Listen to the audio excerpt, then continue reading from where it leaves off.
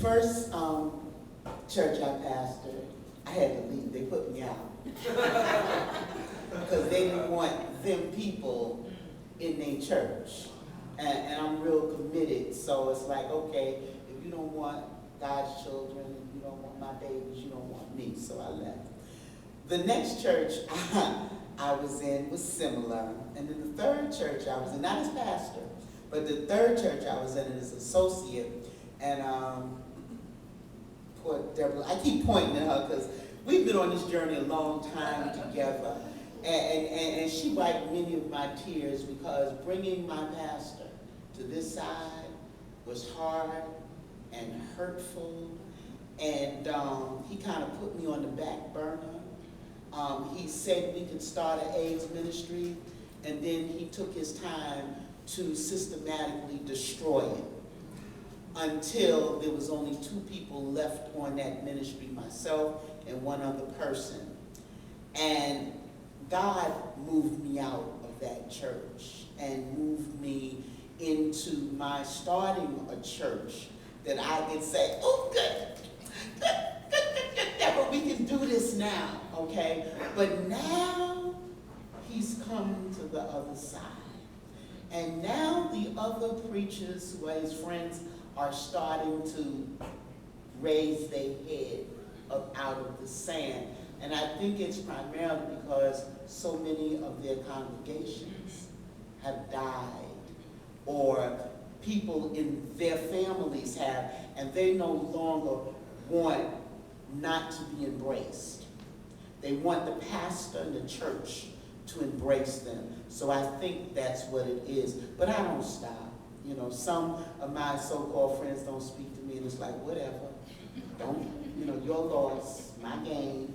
You know, and we keep it moving, but that's the way we, and it's a hard road. And when I talk to anybody who does faith-based, I remind them this is not a glory race.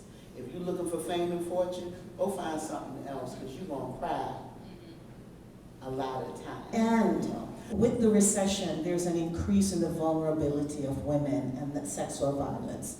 So we have a real situation here, and I think it's having men raise questions, as you did, and I think that's very important. But I also think, I was struck the other day, on Sunday, ESPN ran the Magic Johnson, the announcement, and I watched it, and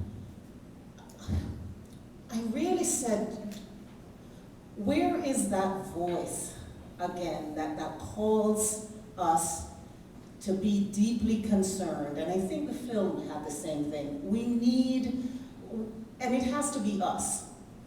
It cannot be just one single person anymore. We have to have a collective voice, and which is why it's very important to us at the foundation that this is about women's leadership.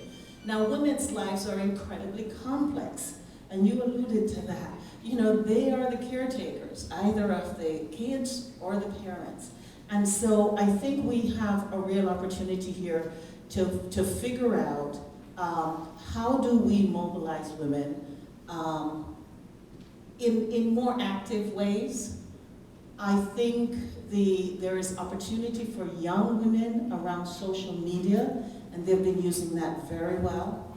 But I think we need to have this continuum of women across age groups really engaging in advocacy. Service delivery is important, but equally important is this issue of advocacy.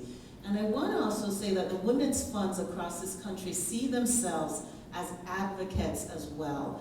And so the foundation really sees itself as investing in groups that advocate on behalf of women on this issue, but also it's important that we're here today to partner with GMHC, because we know that it's working together, that we can create that critical mass.